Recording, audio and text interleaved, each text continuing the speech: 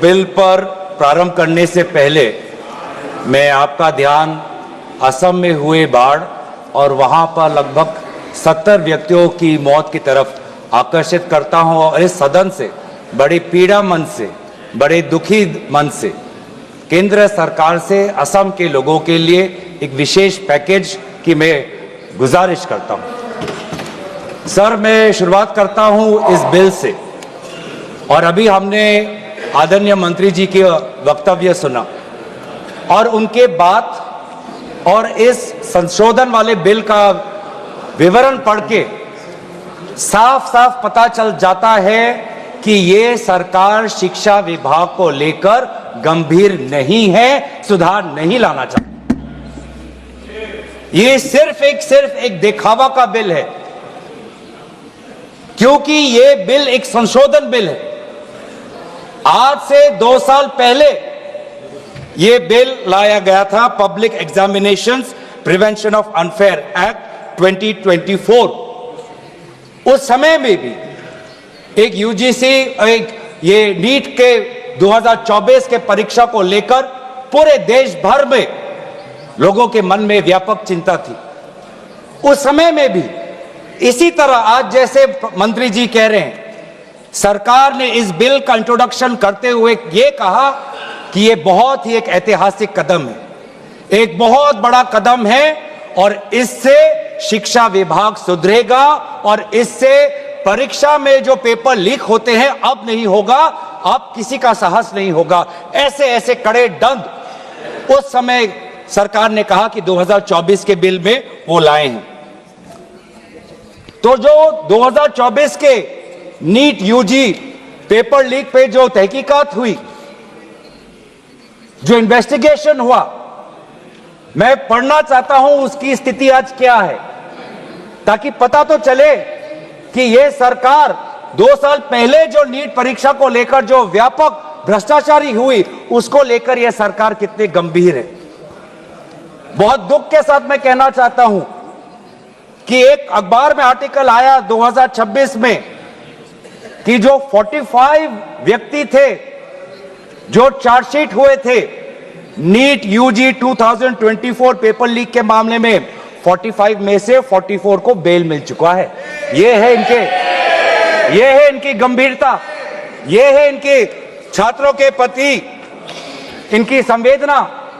जो मूल व्यक्ति है जिसको मास्टरमाइंड कहा जाता है, संजीव मुखिया, 11 महीने तक वो फरार था। 11 महीने तक सरकार उसको पकड़ नहीं पाई। अप्रैल 2025 में वो फाइनली उसका गिरफ्तार हुआ और फिर उस मामले में उसको बेल मिल गया। मई 6, 2025 एक दूसरे व्यक्ति रंजीत कुमार बरुआ जो करियर एकेडमी एजुकेशन ट्रस्ट के चेयरमैन है, वो बेल। एक अमित कुमार सिंह जो पेपर सॉल्वर के गैंग में था, उसको मई 7, 2025 को उसको बेल। एक पंकज कुमार जो कैंडिडेट्स को वो सारे कागज लीक करता था मोबाइल फोन के द्वारा, मई 15, 2025 उसको बेल। राकेश जिसका ये आरोप था कि उसने प्रश्न कागज को उसकी चोरी की, उसको बेल। तो ऐसे एक लंबा ब्यौरा है, चाहे वो अमित प्रसाद महाराणा का हो या धीरेन्द्र कुमार पांडा का हो। तो ये कानून उस समय भी विफल था और ये कानून जिस मंशा से आज ला रही है आज भी ये विफल होगा। ये कानून आपकी विफलता का स्मारक है, क्योंकि ऐसे कानून 2024 के में लाने के पश्चात भी 2026 में तो लीक हुआ ना सर। अगर कानून इतना ही सशक्त था तो आज 2 साल बाद ही इतना बड़ा व्यापक लीक कैसे हुआ। और अफसोस की बात है सर, उस समय में भी शिक्षा मंत्री धर्मेंद्र प्रधान थे और जब 2024 का जब पेपर लीक का मामला जब पूरे देश भर में आया तो आपको पता है धर्मेंद्र प्रधान जी ने उस समय क्या कहा। उन्होंने कहा कहां हुआ पेपर लीक, नहीं हुआ पेपर लीक। और आज भी पहले 2.5 महीने तक तो उनका रवैया यही था कि कहीं कोई धांधली नहीं हुई, सरकार ने बहुत अच्छा काम किया है। 21 बच्चों की जान गई, आत्महत्या उन्होंने की।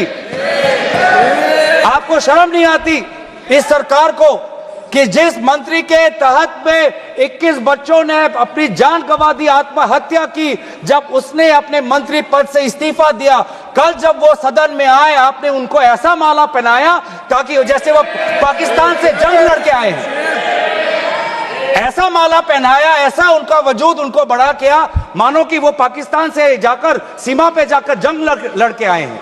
ये है उनकी सच्चाई। दुख लगता है सर।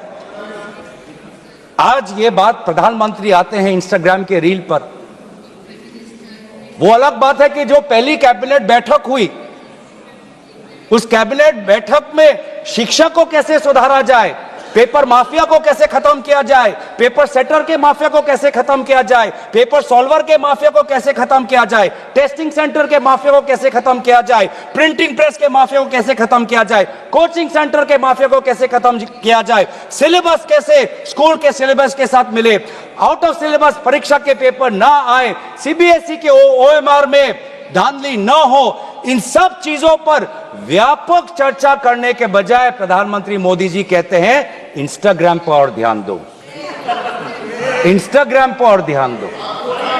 और प्रधानमंत्री जब आते हैं हाई पावर कमेटी की बात करते हैं तो 2 साल पहले जो के राधाकृष्ण की जो हाई कमेटी थी उसका क्या हुआ? 2 साल हाई कमेटी आपने गठन की, प्रधानमंत्री केंद्र सरकार के निरीक्षण में एक हाई कमेटी बनी, के राधाकृष्ण फॉर्मर इसरो के चेयरमैन। अगर वास्तविक में उन्होंने इतना बढ़िया काम किया तो 2 साल पश्चात ही आज क्यों दोबारा ऐसा पेपर लीक हुआ?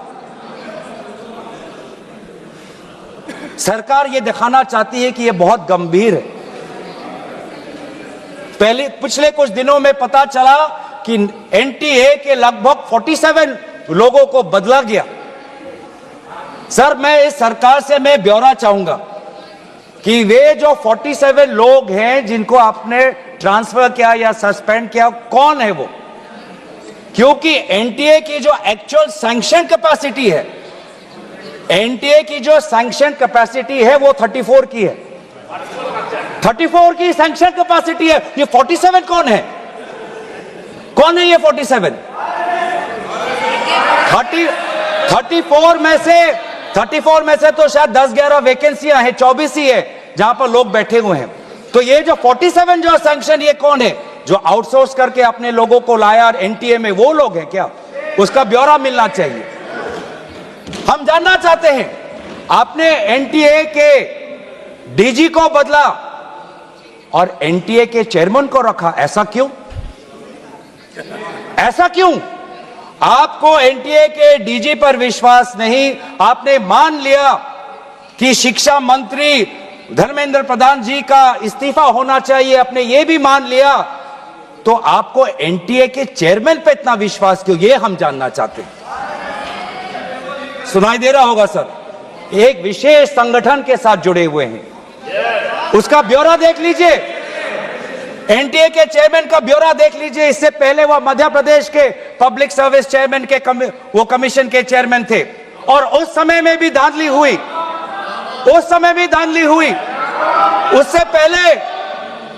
उससे पहले वो छत्तीसगढ़ में भी पब्लिक सर्विस कमीशन में चेयरमैन थे, उस समय में भी धांधली हुई। ऐसे इतने धांधली से जुड़े हुए व्यक्ति को आज भी इतने पेपर लीक होने के पश्चात भी आपकी सरकार बचा रही है, आपकी सरकार बचा रही है। जिस एनटीए के द्वारा 21 बच्चों ने आत्महत्या की, आज भी वो चेयरमैन बचा हुआ है। क्यों? क्योंकि वो एक विशेष संघ के साथ जुड़ा हुआ है। और यही दर्शाता है कि आप शिक्षा विभाग में आप सुधार नहीं चाहते, क्योंकि आरएसएस के लिए शिक्षा विभाग बहुत ही महत्वपूर्ण विभाग है, मैंने कोई असंसदीय बात नहीं की। आरएसएस के लिए शिक्षा विभाग बहुत महत्वपूर्ण विभाग है और इसीलिए हम देखते हैं, चाहे यूनिवर्सिटीज के वाइस चांसलर्स के अपॉइंटमेंट में हो, कॉलेज के प्रिंसिपल के अपॉइंटमेंट में हो, जब फैकल्टी की बदली होती है उसमें हो, चाहे आउटसोर्सिंग में हो, हर चीज में हम देखते हैं कि जो यूनिवर्सिटी, जिन यूनिवर्सिटी की कल्पना पंडित नेहरू ने एक साइंटिफिक टेम्पर के द्वारा उन यूनिवर्सिटीज के एक सपना देखा था, आज उन्हीं यूनिवर्सिटीज में क्वालिटी पर ध्यान नहीं दिया जा रहा। आप शिक्षा के माध्यम से इस पीढ़ी को आने वाले चुनौतियों के लिए तैयार नहीं कर रहे। आप शिक्षा के माध्यम से इस पीढ़ी के लोगों को आने वाले समय में आपके दल के सदस्य बने, आपको वोट दे, उसके लिए आप एक माहौल बना रहे हो। यह है आपके लिए शिक्षा का उद्देश्य, यह है शिक्षा का उद्देश्य। और हमने देखा कि वे जो संस्थाएं, चाहे वो IIT हो, चाहे JNU हो, चाहे DU हो, देश भर से माता पिता अपने बच्चों को बोल रहे कि जाओ दिल्ली जाओ, अगर दिल्ली नहीं जा सकते तो बॉम्बे जाओ, बिहार में जाओ, लेकिन धरना प्रदर्शन करो। आज शिक्षा की बात है, आपको अपना भविष्य आपको बचाना है। मैं नहीं जा सकता पर मेरी आशीर्वाद तुम्हारे साथ है। एक मां ने एक आशीर्वाद के साथ अपने बेटी को भेजा, एक बाप ने अपने बेटे के पीठ पे थपथपाकर उसको जंतर मंतर पे भेजा, और DU, IIT, JNU कहती है आप मत जाओ। छात्रों को कहती है अगर आप जाओगे तो आपके करियर पर प्रभाव बन सकता है। यह है शिक्षा की संस्थाएं। ऐसे हम आने वाले पीढ़ी, आने वाली चुनौतियों के लिए हम भारत का निर्माण करेंगे। अपने युवाओं को हम उनको ताकत देंगे। इसीलिए अगर एक बात इस पूरे घटनाक्रम से निकलती है वो ये है कि आज शिक्षा में ये इस बिल से, जिसमें आपने पेनल्टीज बढ़ा दिए, पनिशमेंट बढ़ा दिए, इससे हमारा शिक्षा विभाग नहीं सुधरेगा। राहुल गांधी जी बार बार कहा कि धर्मेंद्र प्रधान जी सिर्फ एक मुखौटा है आपके शिक्षा विभाग का। आपकी शिक्षा के प्रति जो उनका, आपकी जो नीति है वो सिर्फ एक उसका एक चिन्ह है, एक सिंबल है। उनके हटने से भी शिक्षा में सुधार आएगा। आज भी ना बच्चों को विश्वास आता है इस बात पर, ना हमें इस बात पर विश्वास है। लेकिन इसके पश्चात भी आज शिक्षा पर बातचीत हो रही है, आज शिक्षा को लेकर धरना हो रहा है, आज शिक्षा को लेकर जंतर मंतर में हजारों की तादाद पर लोग इकट्ठित हुए हैं। आज शिक्षा के विषय पर सारे दल संगठन सब ने अपने अपने प्रदेशों में, चाहे महाराष्ट्र में हो, चाहे यूपी में हो, चाहे बिहार में हो, चाहे पश्चिम बंगाल में हो, चाहे या असम में हो, सब जगह विभिन्न राजनीतिक दल संगठन और इन दल संगठन से अलग सारे युवा सड़क पे आ गए। सब ने अपने शिक्षा की मांग की। और क्यों मांग की? उनके दुख को पहले हमें समझना चाहिए, उनके पीड़ा को हमको समझना चाहिए, वो उनके अंदर जो नाराजगी है उस बात को हमें समझना चाहिए। नहीं तो किसी का इतना साहस नहीं कि सड़क पे आके गर्मी बारिश, सड़क पे सोना, पुलिस की लाठी खाना, दिन दिन भूख हड़ताल पे रहना, सबकी इतनी साहस नहीं है। ये साहस कहां से आता है? ये साहस आता है उस दर्द से, जिस दर्द में अपने भविष्य को लेकर वो विवश हैं, जिस दर्द में अपने देश के भविष्य को लेकर वो विवश है, जिस दर्द को वो आज के समाज में उसको व्यक्त भी नहीं कर सकते, सरकार से सवाल भी नहीं पूछ सकते। और बहुत ही बढ़िया एक व्यक्ति ने इस पूरे जो दर्द है, इस दर्द के बारे में बात करते हुए गोपाल दास नीरज के गीत की बात करता है।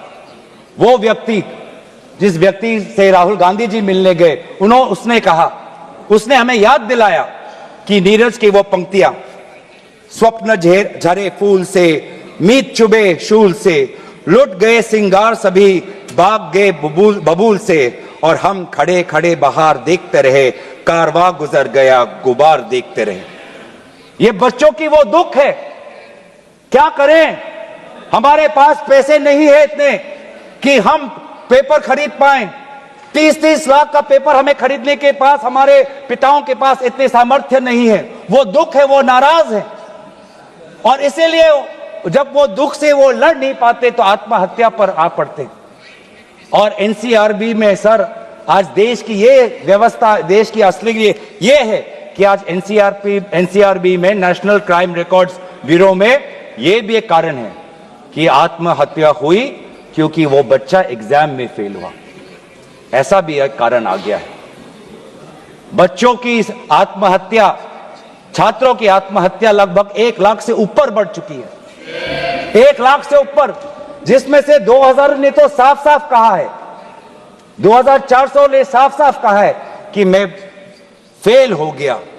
और इसीलिए मैं सुसाइड ले रहा हूं। बहुत लोग, बच्चों ने फैमिली, पारिवारिक कारण से, फैमिली रीजन से वो आत्महत्या उन्होंने की, लेकिन इसके पश्चात भी वे युवा आए, वो चाहे गुजरात से हो, वो चाहे महाराष्ट्र से हो, चाहे विदेश से हो, चाहे दक्षिण भारत से हो, महाराष्ट्र से, वो सब आए। और जब वो आए और दिल्ली की गर्मी, दिल्ली के बारिश से जब वो जो उन्होंने उसमें जो दर्द है, उसमें जो संघर्ष है, उस संघर्ष को याद करते, उस संघर्ष को झेलने में उन्होंने याद किया सावित्री बाई फुले को।